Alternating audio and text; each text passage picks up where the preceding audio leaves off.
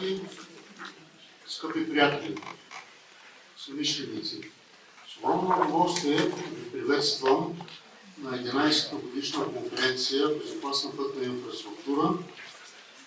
Събитие, което през годините се утвърди като най-значимата и авторитетна платформа за диалог и сътрудничество в областта на пътната безопасност в България.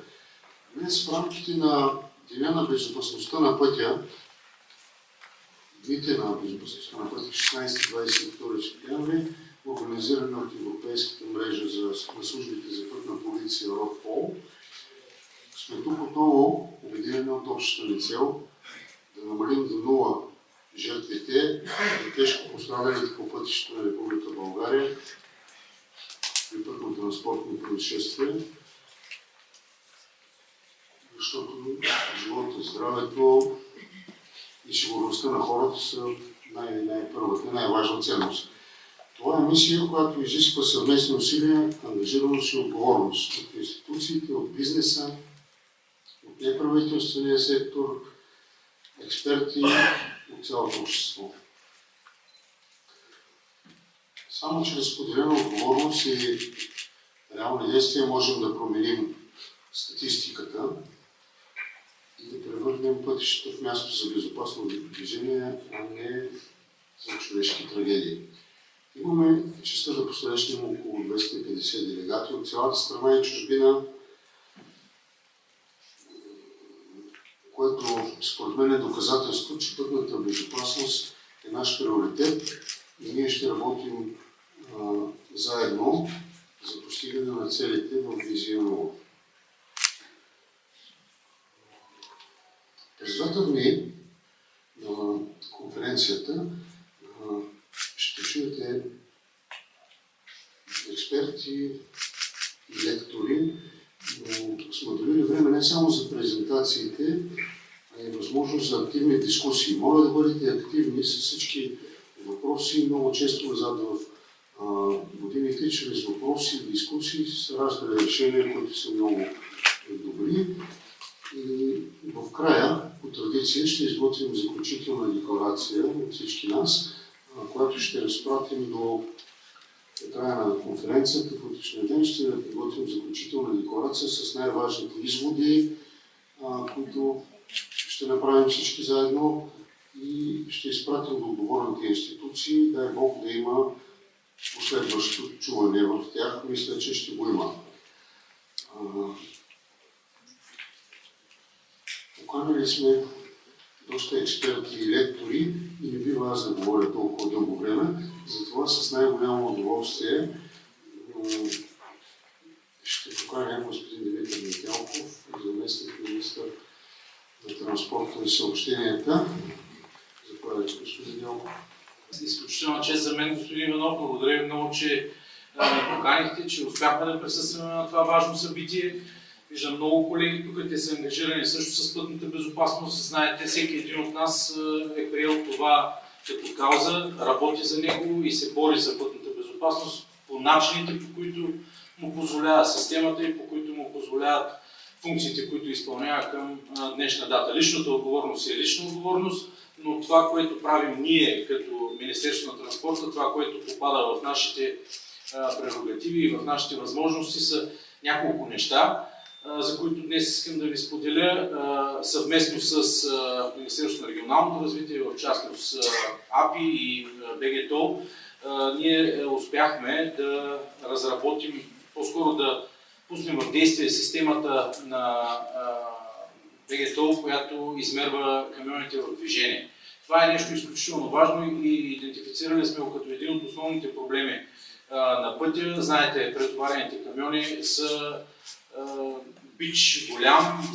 Знаете колко ПТП-та станаха напоследък с такива тежкотоварни автомобили и това, което ние можем да направим и го правим от една страна е това за автоматичното измерване. Друго нещо, върху което работи Министерството на транспорта е промени в Закона за автомобилните превози в посока на това всяко едно превозно средство, тежкотоварно, в точката на товарене, където реално се издава превозния документ, той да се регистрира в системата на Изпълнителна агенция автомобилна администрация и ако е установено претоварване, няма да бъде издаден съответно превозен документ, той няма да може да напусне депото и няма да може да тръгне да се движи по улиците. Знаете, претоварените камиони, опасността е в две посоки, а именно от една страна рискове за ПТП и от друга страна, знаете, увреждането неимоверното на пътната инфраструктура. Така че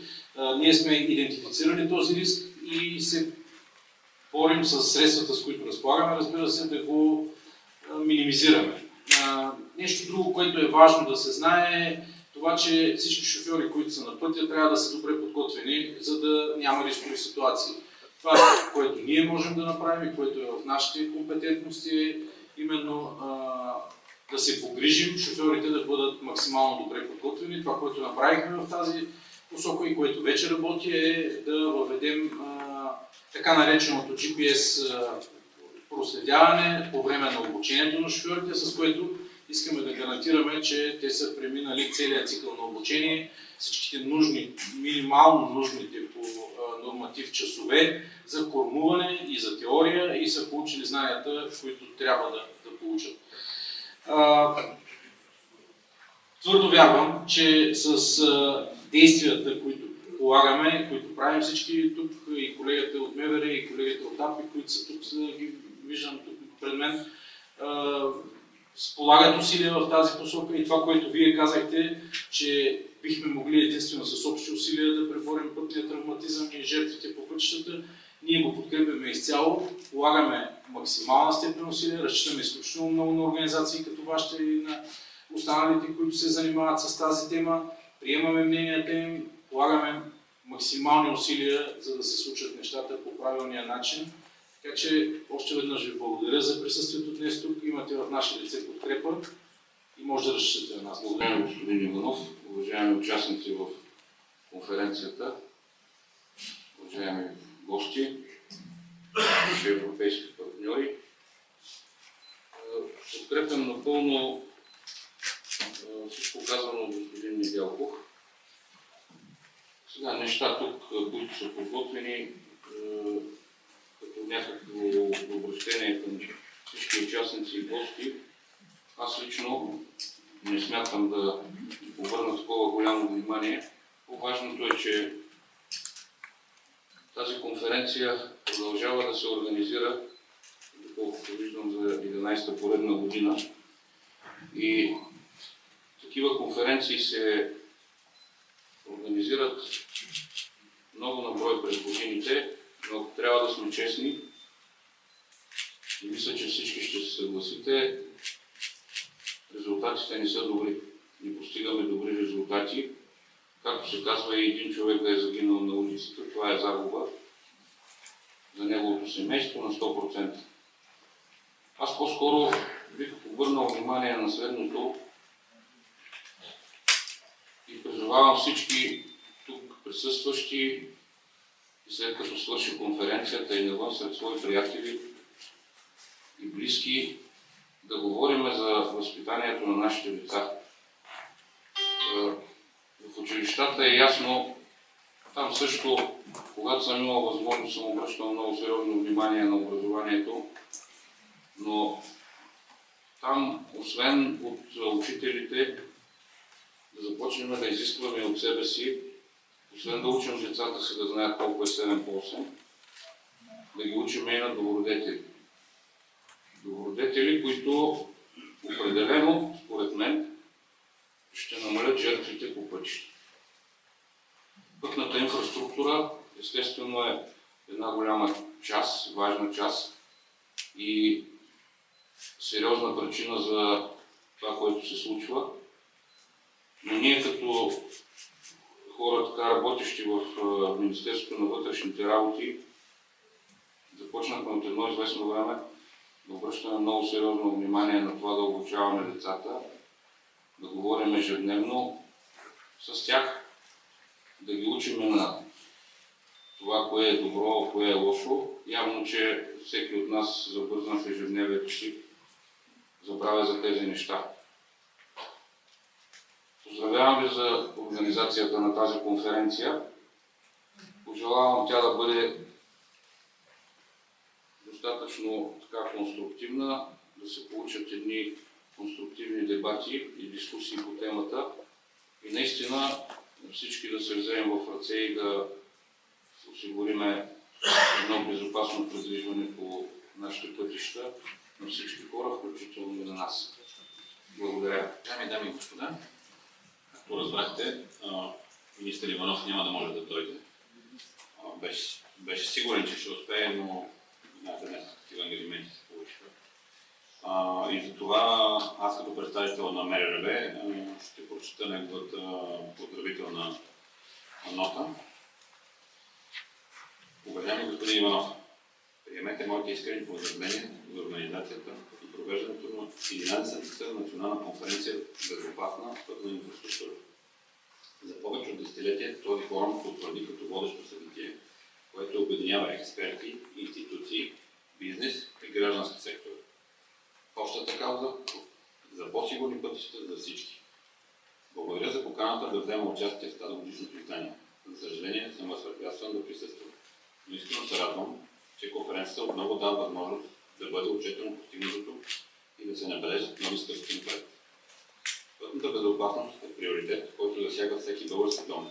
Тя е въпрос на живот, на човешки съдби, на бъдеще на нашите деца. Затова ние като държава, като институция, като общество, трябва да положим всички усилия, за да сложим край на безмислените трагедии. България да стане страна, която движението по пътищата е сигурно, дисциплинирано и отговорно. Това са нужни системни политики и обединени усилия. Вярвам, че на конференцията днес ще бъде отчетено постиженията, които правителството успя да постигне само за 8 месеца в условията на тежко политическо наследство. Включването на камерите на тол системата, контрол на движението по републиканските пътища, възстановеното пътно строителство и поддържане, обезопасяването на 36-те опасни пътни отсечки, концентрация на происшествия.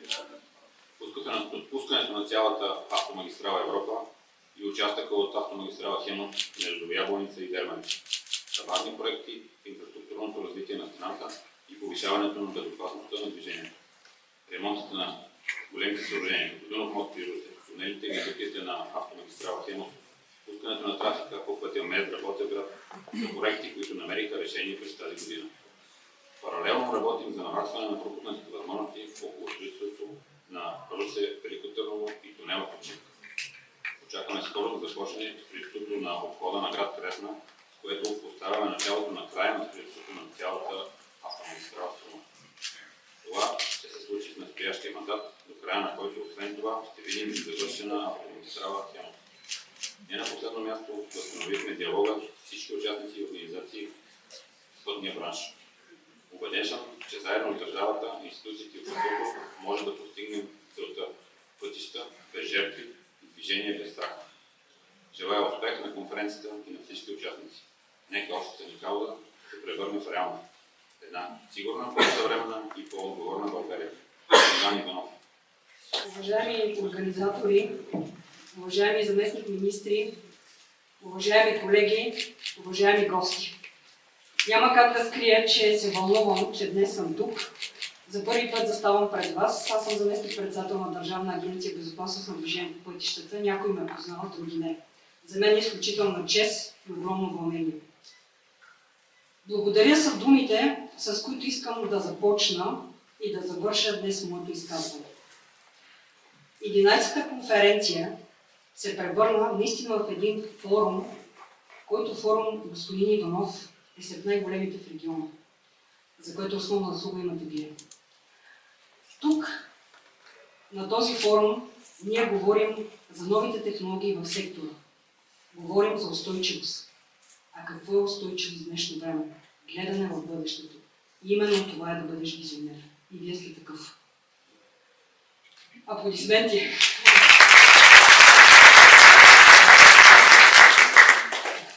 Уважаеми колеги, официалните гости сме официални гости. Аз искам да се обърна към всички вас от втория ред назад в тази зала. Първо искам да ви благодаря за това, че работим заедно, за това, че спорим, за това, че понякога си повишаваме тон. за това, че нервното напрежение предвид ситуацията по някой път ескалира. Но последните години показаха, че единствено и само с общи усилия и с осъзната отговорност можем да вървим напред и да постигаме не само резултати, но и успехи. Постигнахме немалко. България вече има стратегия за безопасност на движението по пътищата, която до края на годината би трябвало да бъде актуализирана. Извършихме стотици инспекции. Справяхме се с кризи. Изправихме се пред човешки трагедии. И винаги търсехме начин всички ние да бъдем по-добри и по-добри. Защото, за съжаление, осъзнахме по най-трудния начин, че за цифрите стоят хора и техните семейства. Днес, лично за мен, тази зала не е просто място за среща между професионалисти. Тук са съмишленици, с които ни свързват една кауза. Уважаеми колеги, позволете ми да завърша с едно послание, което идва дълбоко от моето сърце. Проектирайте и стройте така пътищата на тази наша държава, сякаш по тях всеки ден пътуват вашите деца. И аз днес повече от всякога вярвам, че вие вече го правите така. Желая ви на добър час на всяка една ваша крачка и огромно благодаря. Уважаеми дами и господа, скъпи колеги, приятели, първо бих искал да благодаря на организаторите за поканата на днешното събитие, естествено лично на господин Иванов. Винаги до сега съм бил част от сините редици и сега за първ път се изправям пред вас в качеството си на представител на най-голямата европейска мрежа на службите на пътна полиция. И бих искал да ви поздравя, да ви пожелая успехи, успешна конференция, разбира се. От моя опит до сега знам, че винаги тази конференция е била успешна, винаги ни е сплотявала и карала ни е да се чувстваме заедно в борбата за живот на пътя, което е много важно, защото от хората, от които съм се учил и все още се уча, знам, че само огромни съвместни усилия, много знания, естествено и ресурси, трябват, за да се подобри пътната безопасност. Няма държава в света, в която това да е постигнато лесно.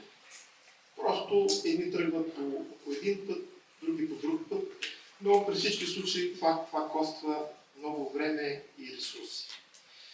Така че от цялото си сърце ви поздравявам.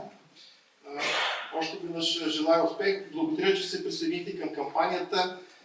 Може да го направите и вие от 16 до 22 ежегодно. Roadpol организира Дни на безопасността. Това е общо европейска кампания. Тази годишния слоган на кампанията е да дадем пример, така че след като свършим тук работните дни, може всеки един от нас да даде добрия пример. И така, един по един, да спомогнем най-накрая България да се озове на място, което заслужава.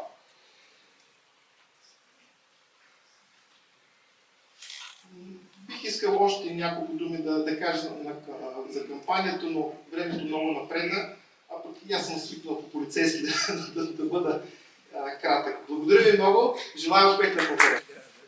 Уважаеми господин Иванов, изключително ми е приятно да приветствам от името на управителния съвет и на Камарата на строителите в България по повод на 11-та конференция по пътна безопасност.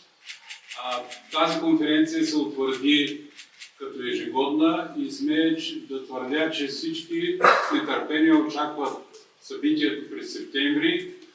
Благодаря ви, колеги, приятели, съмишленици, защото вие сте хората, които давате идеите, вие сте хората, които напипвате проблемите, вие сте хората, които дигате проблемите, които трябва да се решат и благодарение на вашата експертиза, голяма част от проблемите по пътната безопасност се решават, като ние всички, т.е. не всички, извинявайте колегите отзад, а голяма част от хората сме по отношение на строителството, по отношение на пътната инфраструктура, а знаете, че пътната безопасност е с 3 лъча и там освен инфраструктура има контрол, има водачи, има автомобил и цялото решение на проблема пътна безопасност е решение на проблемите на симбиозата път, автомобил и водач. Пожелавам успех на конференцията. С нетърпение очакваме заключителната декларация, която да бъде отразена и във вестник Строител на нашия официозство на Камарата на строителите и трибуната на вестника е отворена за всички специалисти и за всички експерти. Успешна конференция!